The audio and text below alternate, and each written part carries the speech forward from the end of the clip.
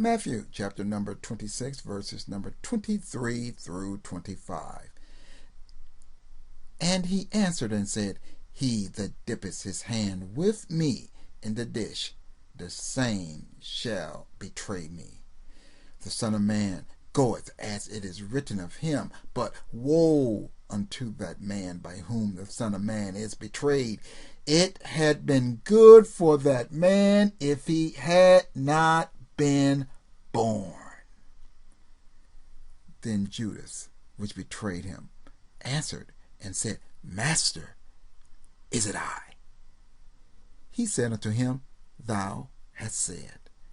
Let's take a look and read John's account.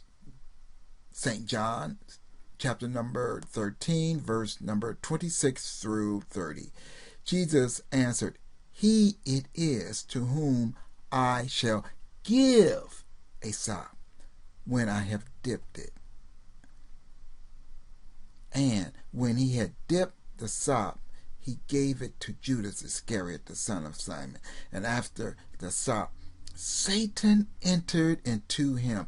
Then said Jesus unto him, That thou doest, do quickly. Now no man at the table knew for what intent he spake this unto him, for some of them thought, because Judas had the bag, that Jesus had said unto him, Buy those things that we have need of against the feast, or that he should give something to the poor. He then, having received the sop, went immediately out, and it was night. The Passover Seder. More than likely, Jesus and his disciples kept it one day early so that he could actually die when the actual Passover was slaughtered.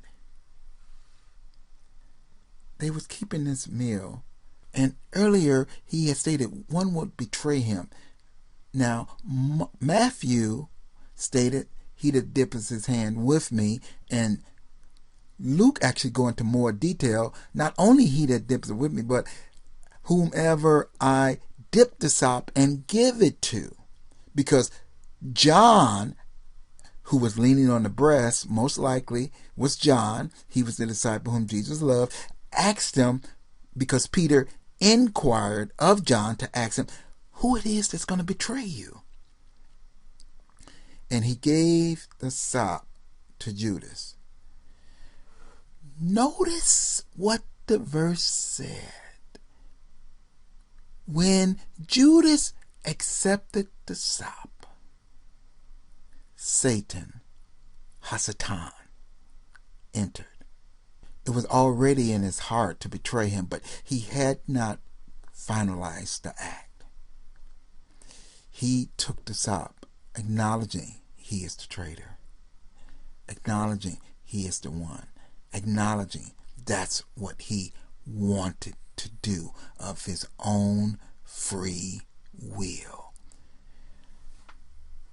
He gave access to the powers of darkness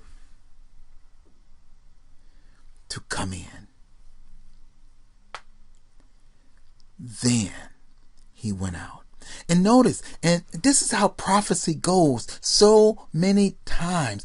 Things happen, and God could tell us what's going to happen, but we just don't know what's happening until it's over with. Because the disciples didn't understand. Jesus said one is going to betray me. Jesus gave the sop to Judas and just said he's the one that's going to betray me. Then he said, what you do it quickly. Hindsight would have said it's obvious what was going on. But while it's happening, our minds cannot grasp what's going on. Maybe because God meant it that way. Because do you really think Peter, James, John, the sons of thunder, would have allowed Judas to make it out of the room if they knew what he was going to do? It would have foiled the whole plan. So many times we could know scriptures, we could know what's going to happen, but when prophecy is being fulfilled, sometimes it's so ambiguous. You cannot know. The scripture says, be careful when you entertain strangers, because some have entertained angels unaware. This is what is happening. They did not comprehend what Judas was doing at the time. But Christ knew. Yeshua, Jesus, knew what was going on. Lord, help us to know what your will is, and help us to accept your will, and help us to do what we need to do. Let your kingdom come. Let your will be done. Thank God.